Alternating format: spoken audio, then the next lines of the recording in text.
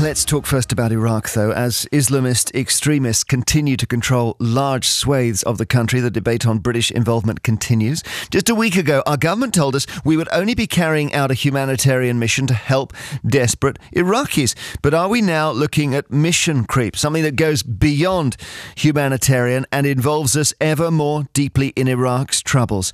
Our reporter Tim Johns finds out. Here is the dictionary definition of the phrase mission creep. A gradual shift in objectives during the course of a military campaign, often resulting in an unplanned long-term commitment. Just a week ago, the Foreign Secretary, Philip Hammond, gave us the official government line on British involvement in Iraq. Well, we don't envisage a combat role at the present time. We are talking at the moment about a humanitarian operation. Despite the United States ramping up airstrikes against the brutal terrorist group IS, the UK has been clear we're only looking at humanitarian efforts. But David Cameron's article in yesterday's Sunday Telegraph changed the tone somewhat. Here's a bit of what he wrote. If we do not act to stem the onslaught of this exceptionally dangerous terrorist movement, it will only grow stronger until it can target us on the streets of Britain. A humanitarian response alone is not enough. We also need a broader political, diplomatic and security response. In the article, the Prime Minister promised tough military action, yet ruled out boots on the ground.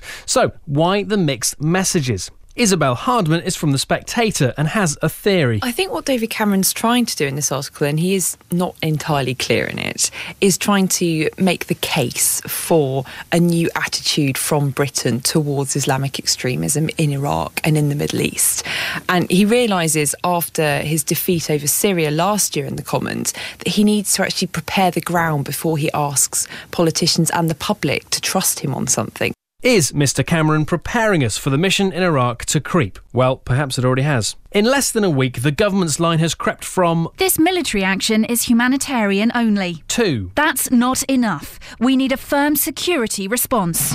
And suddenly, we learn that warplanes are already flying deep into Iraq to gather intelligence. We learn that the humanitarian efforts involve 4 Chinook helicopters being on standby, troops who have been in the Kurdish capital and even the SAS in northern Iraq. And the Defence Secretary Michael Fallon now says that the UK could be involved in military missions in Iraq for weeks and months to come. David Cameron maintains, "We're not going to be putting boots on the ground." And the ghost of Tony Blair, "For those of us who support the course I'm advocating, that means all the dangers of war," ensures that such direct action would prove massively controversial. But given the change of tone in just 1 week, perhaps this... A gradual shift in objectives during the course of a military campaign, often resulting in an unplanned long-term commitment. seems more likely. Who knows how far this mission could creep? Tim Johns reporting, are we now witnessing classic mission creep in Iraq? Is it necessary in order to stop the advance of extremists, or are we just risking getting stuck in that country again? Let's talk first to Shashak Joshi, Middle East specialist at the Royal United Services Institute, or RUSI. Good afternoon.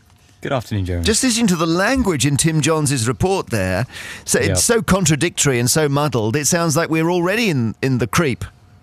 I think Isabel Hardman has it right here. First of all, saying no ground troops is the price of admission to a sort of sane intervention debate these days. No one can begin these things by saying, we'd like ground forces. Cameron knows he would be shouted out immediately, and I think he's correct. But what's happening here is he can't get ahead of the Americans. And the problem is the Americans don't have a clear strategy. They've gone from focusing on rescuing refugees on Mount Sinjar to getting Kurdish forces to take over the Mosul Dam, which was seized by ISIS. So they've got this creeping set of objectives, and Cameron doesn't quite know when they'll stop or how far they'll go. And he wants to help, but I think he's got these twin problems. One of them is the Americans, and the other one is Parliament. And Parliament's not in session. He knows very well, and very sensibly, I think, that if there is going to be military action, he must consult MPs, and therefore he's keeping his options open, again, very sensibly, and laying the ground for helping the public to understand this isn't going to be an invasion, but ISIS are a major, major threat, probably the biggest threat to Middle Eastern stability since Saddam Hussein invaded Kuwait 20 years ago. But what if we just left them to it? If we just said, OK, long way away, don't buy the argument that they're all coming to Britain, that's not going to happen. Let them do it. We'll have to turn off our TV news programmes because it's going to be very upsetting. Where does it all end? Well, there's two problems. One of them is, of course, ISIS would begin to attack key allies we have in the Middle East, vulnerable states like Jordan, and of course Saudi Arabia, Turkey and others. But the second bigger problem is they're not going to have any success attacking Saudi Arabia, are they?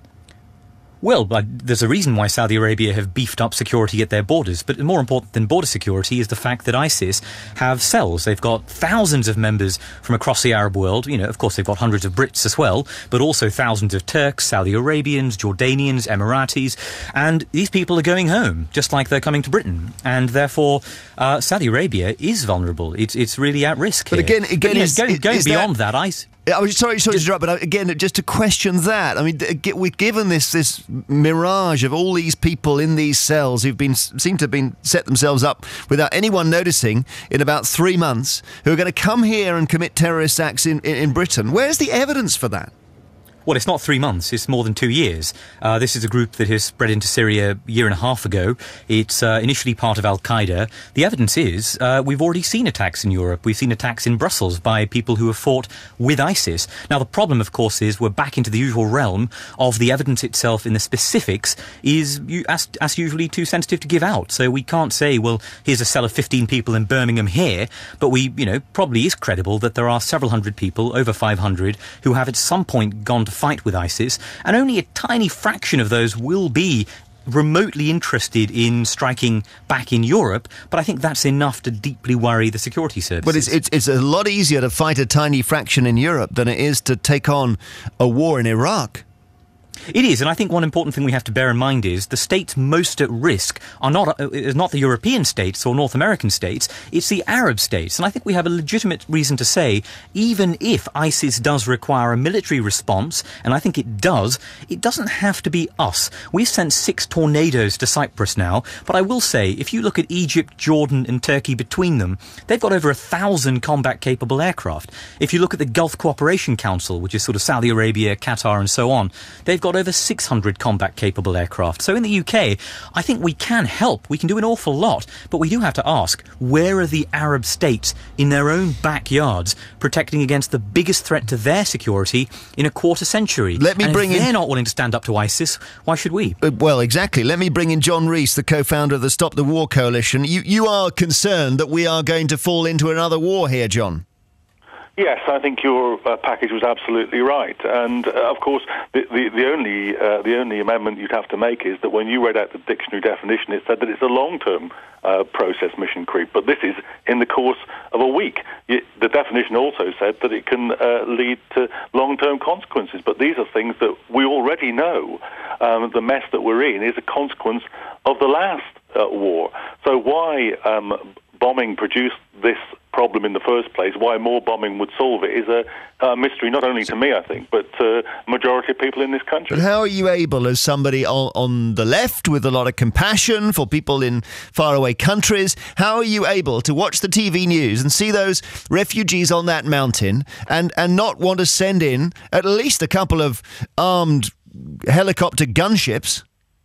Well, I think this is a very interesting story, the Yazidis on the mountain, Jeremy, because if you see the reports now, most of them are off the mountain, and most of them weren't got off the mountain by Western intervention. Most of them were got off the mountain by an organisation, the PKK, the Kurdish resistance, which is designated as a terrorist organisation in this country. Those are the people that actually rescued them off the mountain. So let's have a little bit more concentration on these issues. It seems to me absolutely insane that we are not looking at the real problem here. First of all, ISIS are not a huge military force in themselves. They've made these huge gains because they have become the spearhead of a Sunni rising in Iraq, which was deeply unhappy with the sectarian governmental process that we set up in the occupation. Secondly, ISIS have been funded by Saudi Arabia and the Qataris and have been allowed to go back and forwards over a 500-mile open border with NATO ally Turkey. Now, if we want to start addressing these problems, if we want to really get to the root of them, there are very many things that could be done politically. Let's say to the Saudis, stop funding these people. Let's say to the Turks, stop designating the Kurds as a terrorist organization, grant freedom to the Kurds in your own country where the majority of them live, and perhaps we'll see a balance of forces changing to the betterment of the people in the region and our own in the Middle East. But that does lead you to the conclusion that you stay out of it. And we just heard the expert warning that if we stay out of it, we're going to end up with terrorists in Manchester, Edinburgh, London.